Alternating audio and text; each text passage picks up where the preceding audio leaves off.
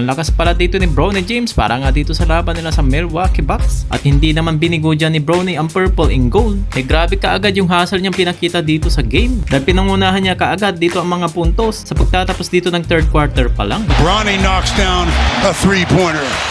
Ano-ano nga ba mang nangyari dito sa game na to? Tara pag-usapan natin yan. Heto na nga, Los Angeles Lakers kontra na nga dito sa Milwaukee Bucks. Well, ipinahinga muna ang mga core ng Los Angeles Lakers na sila Luka Doncic, Austin Reeves at pati na nga rin ito si Dorian Finney-Smith. Matapos na nga nilang talunin dito kahapon ang Denver Nuggets. At panibagong lineup naman ang makikita natin para nga dito sa purple and gold. At samantala naman dito sa Milwaukee Bucks ay parang halos kompleto naman dito ang kanilang lineup. Maliban na lang dito kay Damian Lillard na hindi nakapaglaro sa game na to. At si Giannis Antetokounmpo ay naglaro naman para dito sa laban nila sa Lakers. At para naman dito para sa starting lineup ng Lakers ay inilagay dito si Dalton Knecht, Markieff Morris, si Jackson Hayes, Gabe Vincent at pati na nga rin ito si Jordan Goodwin. Well, dito pala sa first quarter na to ay nagmula na nga dito sa unang puntos mula kay Jackson Hayes na kanyang dito malupit na slam dunk at nakagawa rin dito si Knecht ng kanyang easy layup. Well, maaga na kaagad naghahabol dito ang Los Angeles Lakers at dito na nga sa halfway mark na quarter na to ay maaga na nga pinasok dito si Bronny James at nagkaroon na nga siya dito ng pagkakataon ng isang wide open na 3 points. Kaso nga lang ay nagmintis lang ito.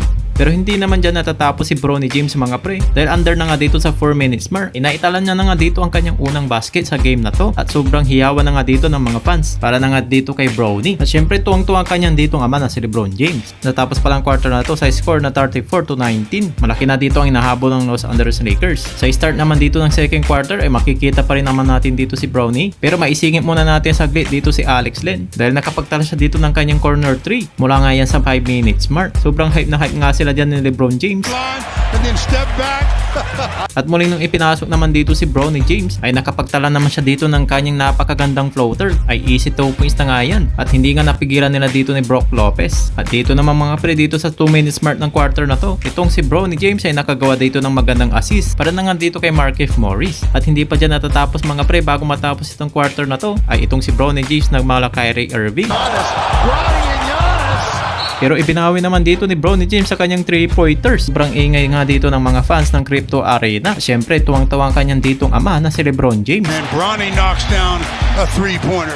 At nagkarusana siya ulit dito ng kanyang magandang assist. Yung nga lang ay hindi nga lang dito na ipasok ni Markieff Morris. Mula na nga dito sa block ni Giannis Antetokounmpo. Natapos ang half quarter sa score ng 57-46. Dito naman sa third quarter na to, under naman dito sa 4 minutes mark, ay makikita natin dito ang kanyang pambihirang moves. Ay naiwan nga niya dito ang kanyang gwardya. Bronny strong scores. Grabe yung mga ginagawang hustle dito ni Bronny James para na nga dito sa kanyang laban ng Milwaukee Bucks. Ay unti-unti rin ito mahahasa dito sa kanyang paglalaro dahil yan rin ang gustong mangyari dito ng kanyang ama na mag-improve na nga ito dito sa kanyang performance. Nakapagtala pala dito si Bronny James ng kanyang ditong 17 points na pinungunahan nila dito ni Dalton Knecht.